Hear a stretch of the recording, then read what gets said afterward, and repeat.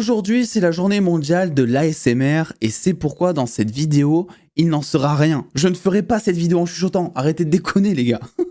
Bonjour à toutes et à tous, grosse vidéo aujourd'hui d'ici, avec quelques news qui se sont officiellement confirmées il y a maintenant quelques heures, mais aussi énormément de rumeurs qui font plutôt plaisir et qui concernent notamment Superman, mais aussi le reste du plan de James Gunn, donc restez attentifs, je pense que cette vidéo peut vous plaire, elle est plutôt importante pour la suite je pense, du fil en fait, du fil rouge de ces news d'ici dont on attend impatiemment des nouvelles. On va commencer avec les news qui se sont officiellement confirmées avec, bon c'était déjà officiel, mais James Mangold qui a enfin dit de vive voix en interview qu'il était en train actuellement d'écrire le script de Swamp Thing qui est un héros que j'adore, c'est limite un des films que j'attends le plus de ce chapitre 1 annoncé donc par James Gunn. Et d'ailleurs pour ceux qui ne connaissent pas le personnage, voilà, si vous voulez pas tellement vous embêter à lire des comics et tout, moi je vous invite vivement à aller voir la série Swamp Thing qui je crois est dispo sur Prime Video si ça n'a pas bougé. Vraiment c'est une très bonne origin story, on est loin de la qualité Arrowverse si jamais vous avez peur de ça, c'est des costumes qui sont pratiques, l'histoire est assez profonde, il faut regarder je pense 2 épisodes pour être à peu près sûr du ton de la série et avec ça vous aurez au moins un très bon pied à l'étrier et vous saurez à quoi vous attendre plus ou moins pour le film, même si ce dernier lui est présenté pour être un film d'horreur, là où la série est plus on va dire un thriller psychologique, mais vraiment foncé, c'est pour moi une des meilleures si ce n'est la meilleure série DC Comics adaptée en live action. James Mangold donc qui actuellement écrit Swamp Thing et le film Star Wars qui a été annoncé ces derniers jours donc sur l'origine de la force, 2 salles, 2 ambiances donc, mais on espère qu'il kiffe parce que quand même il est en train d'écrire 2 scripts importants de 2 univers de la pop culture qui sont ultra marquants et vraiment ultra différents en plus l'un de l'autre, donc on verra ce qui s'y fera, j'espère que ça sera cool comme tout le monde, mais c'est de bon augure, on verra un petit peu ce qui se passe, affaire à suivre comme d'habitude. On a ensuite évidemment Frank Grillo qui a confirmé qu'il rejoignait l'univers DC Comics en tant qu'acteur. Alors il n'a pas précisé évidemment le rôle qu'il incarnerait, mais grosso modo vous avez suivi un petit peu les dernières rumeurs, les dernières vidéos sur la chaîne, il est fortement probable qu'il incarne Rick Flag Sr. notamment dans la série Creature Commandos, puisque pour rappel James Gunn a tout simplement déclaré que les acteurs qui seront choisis pour les projets d'animation seront aussi ceux qui seront présents pour le live action si jamais certains des personnages animés devaient revenir en live action, et ça il l'a confirmé aussi pour Creature Commandos. Et donc je pense que Frank Grillo, vu que c'est un acteur que moi je trouve talentueux, qui fait aussi pas mal de ses cascades etc, je pense qu'il a tout pour lui pour être au cinéma ou dans une série live action, donc affaire à suivre. Et il a même taclé un petit peu Marvel, l'acteur il en a profité en disant qu'en fait il avait été très déçu par son personnage de Crossbones dans le MCU, qu'il pensait qu'on allait lui donner plus à manger. C'est vrai que Crossbones, bon c'est un personnage qui est pas tant développé que ça, alors qu'en vrai moi je trouve qu'il a un petit potentiel pour être un petit méchant principal de film solo Captain America. Donc il n'en est rien en définitive, mais il a dit qu'en gros vu qu'il avait été déçu du côté de chez Marvel, il a rejoint DC, même si je pense qu'en vrai il avait plus trop le choix, parce que Marvel en avait terminé avec son personnage. Donc il a passé un casting chez DC, il a été pris, et c'est tant mieux. On peut maintenant passer aux rumeurs. La plus grosse partie je pense de cette vidéo, puisque Jeff Snyder, dont on a déjà parlé sur la chaîne, est un scooper évidemment comme toujours avec les scoopers à prendre avec des pincettes, mais dont certaines de ces news ont déjà été révélées par le passé comme étant vraies et officielles par la suite, nous a livré franchement une très bonne poignée d'informations sur la suite de l'univers DC Comics au cinéma et sur petit écran, avec notamment James Gunn qui aurait prévu au total 25 projets pour uniquement le chapitre 1 de ce DC Universe. 25 projets, c'est assez conséquent, alors on ne sait pas comment tout ça serait étalé, mais je pense pas qu'ils vont refaire la même erreur que Marvel à mettre 10 projets par an, grosso modo, puisque Warner, David Zaslav avait déclaré qu'il voulait privilégier la qualité à la quantité justement, et 25 projets c'est pas non plus déconnant si on veut mettre un peu en doute cette rumeur, puisque lorsque James Gunn avait partagé ses 10 projets de ce chapitre 1 du DC Universe, il avait dit que c'était même pas la moitié du chapitre 1, c'est pour ça qu'un total de 25 projets au total, ça me paraît pas non plus déconnant ni voire étrange. Apparemment Gunn serait aussi très concentré sur l'aspect gaming du DC Universe. Alors vous le savez, pour rappel, tous les projets DC en général vont être connectés les uns aux autres, alors on ne sait pas vraiment de quelle manière, parce que bon, quelqu'un qui n'a pas par exemple une PS5 et qui peut pas jouer à un jeu DC, faudrait quand même qu'il puisse suivre les films au cinéma ou les séries, donc je pense que ça sera peut-être de la même manière qu'avec Star Wars, Fallen Order, etc., que ce sera connecté par rapport aux films, mais que les films ne seront pas connectés aux jeux vidéo, on verra comment ça va se passer, mais en tout cas, voilà, tout sera canon, et Gunn serait à fond concentré sur cet aspect de canonisation.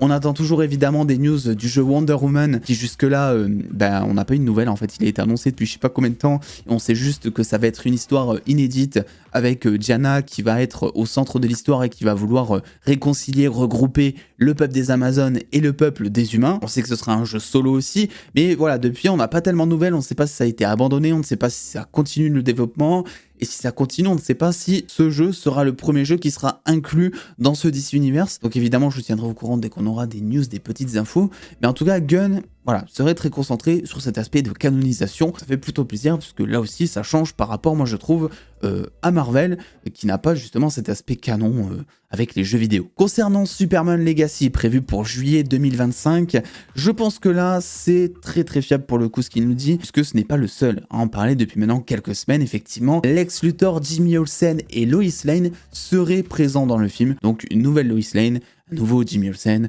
un nouveau Lex Luthor. Ça me paraît assez logique, puisque Gunn a en plus déclaré qu'avec Superman Legacy, il voulait tout simplement revenir à l'origine de Superman dans les comics, mais tout en évidemment changeant quelques trucs pour que ça donne évidemment un aspect inédit au personnage par rapport aussi à toutes les adaptations qui ont déjà été faites par le passé. Et évidemment, quand tu parles origin story de Superman, tu parles aussi Lex Luthor, tu parles Lois Lane, tu parles Jimmy Olsen. Donc ça me semble vraiment pas déconnant et on peut enfin attendre un film en live action Superman contre Lex Luthor potentiellement. C'est quelque chose qui était assez bien présent dans les films de Christopher Reeves et c'était aussi quelque chose qui devait se développer au fur et à mesure du côté de Zack Snyder, même si on en a eu qu'une toute petite bouchée pour l'instant avec le Lex Luthor de Jesse Eisenberg. Et Lex Luthor, voilà, pourrait prendre une place très importante dans la suite de l'histoire de Superman. Ça, moi, je suis plutôt content. Toujours concernant Superman, il y aurait un film Superman contre The Authority. The Authority, donc, qui est un groupe, on va dire, d'anti-héros, si je peux appeler ça comme ça,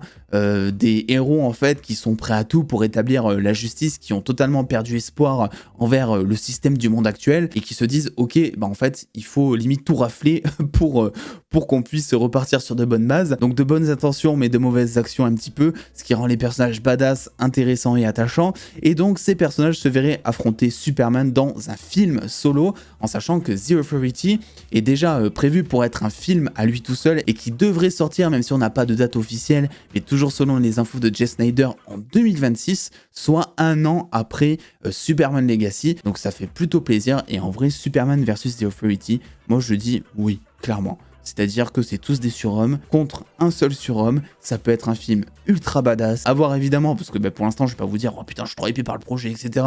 On n'a pas vu de quoi avait l'air le film, on ne connaît même pas les acteurs, on sait même pas comment ça va être adapté. Mais l'idée, en tout cas, et là, l'idée est plutôt bonne. Dans l'esprit, ça me rappelle un petit peu certains comics où, par exemple, Black Adam va devoir affronter à lui tout seul toute la Justice League. Ou voilà, quand t'as des méchants ultra puissants comme ça, qui doivent affronter tout un groupe pour que ce soit un petit peu équitable. Peut-être aussi, je sais pas, que dans l'histoire, Superman aura totalement pété un câble, qui sera sous kryptonite multicolore, j'en sais rien, et que il sera devenu méchant et que The Authority sera là pour essayer de l'arrêter. Bref, ça peut donner lieu à un film badass, quelle que soit son interprétation, si on a un Superman méchant ou si c'est The Authority qui est prévu comme étant l'antagoniste du film. On verra un petit peu ce qu'il en est. Mais le projet m'a tout l'air d'être intéressant. Il y aurait également un film solo sur Lobo. Vous savez, Lobo, ce fameux mercenaire intergalactique, ce chasseur de primes qui a juste un code de mémoire, il me semble, ne pas tuer femmes et enfants. Mais après, c'est un mec qui est totalement déjanté, un petit peu pop dans l'esprit, on va dire, gardien de la galaxie, mais version hardcore avec des têtes coupées, du sang, etc. Donc à voir comment James Gunn va l'emmener là aussi au cinéma si jamais Lobo doit arriver en film solo. Mais ce qui est sûr, c'est qu'il va arriver puisque, on le sait, hein, Jason Momoa, ça fait quelques temps maintenant qu'il dit sur l'internet qu'il aimerait beaucoup jouer Lobo puisque c'est son personnage favori de l'univers DC. Je vous avoue que le projet pour l'instant me tente pas de ouf, voilà, j'attends de voir évidemment. Mais bon, c'est vrai que si le film c'est l'histoire d'un mercenaire intergalactique, un chasseur de primes qui prend des missions à droite à gauche de la galaxie pour aller buter j'en sais rien, des sénateurs intergalactiques, etc. C'est des choses qu'on a déjà vues dans Star Wars, même du côté de chez Marvel avec les gardiens sous un certain aspect. Donc à voir si l'aspect gore sera bien mis en avant sur le personnage pour que ça puisse véritablement changer le ton du film par rapport à ce qu'on a déjà vu. Pour l'instant, pas très hypé quoi. Et enfin, la dernière rumeur de cette vidéo concerne les projets d'animation. Et là aussi, c'est très fiable pour le coup. Voilà, c'est pas le seul à en avoir parlé, puisqu'il y aurait un projet d'animation qui serait prévu sur un des membres de la Trinité. Donc un projet animé soit Batman, soit Superman, soit Wonder Woman. Et pour le coup, je vais mettre ma petite pièce ici sur Wonder Woman parce que c'est vrai que, bon, jusque-là, avec les infos qu'on a évidemment, Batman, on sait déjà qu'il y a The Brave and the Bold dans le film qui arrive en live action. Superman, évidemment, on a Superman Legacy. Et Wonder Woman, rien n'a été annoncé jusque-là. On sait juste qu'il va y avoir donc une série qui va se concentrer sur l'origin story des Amazones et qui serait un petit peu sous le ton Game of Thrones. Donc c'est un projet qui est très ambitieux, mais ici on ne parle pas de Wonder Woman. On verra peut-être la naissance de Diana, puisque c'est censé se passer des années bien avant. Et Wonder Woman, pour l'instant, il y a un énorme flou qui reste. Bon, je pense qu'on en saura plus après que Flash ou encore Aquaman 2 soit sorti. On ne sait toujours pas, par exemple, si Gal Gadot revient dans le rôle. Patty Jenkins, elle, aux dernières nouvelles, qui était la réalisatrice des films, eh bien, n'est plus là. Donc, je mettrai ma petite pièce sur Wonder Woman. On verra un petit peu ce qu'il en est. Mais donc, au total, pour résumer, 25 projets dans le chapitre 1. Apparemment, Lex Luthor, Ginny Olsen, Lois Lane dans Superman Legacy, un film Superman contre The Authority, un film Lobo et un James Gunn qui serait aussi concentré à fond sur le gaming, même si pour l'instant, on n'a pas idée à quelle échelle, puisque Gunn n'a rien annoncé dans le gaming, au contraire de l'animé, du film ou de la série. J'espère donc que cette vidéo vous aura plu en ce dimanche et que vous passez un très bon week-end. Aussi, visiblement, c'est très important. Très bonne journée à vous, mondiale de la ASMR. Dites-moi en commentaire si certains d'entre vous sont fans des ASMR, si certains passent leur nuit ou leur journée, je ne sais pas, regarder énormément de vidéos ASMR. Et puis en attendant les dos, prenez soin de vous, faites-vous bien kiffer. Des bisous les dos.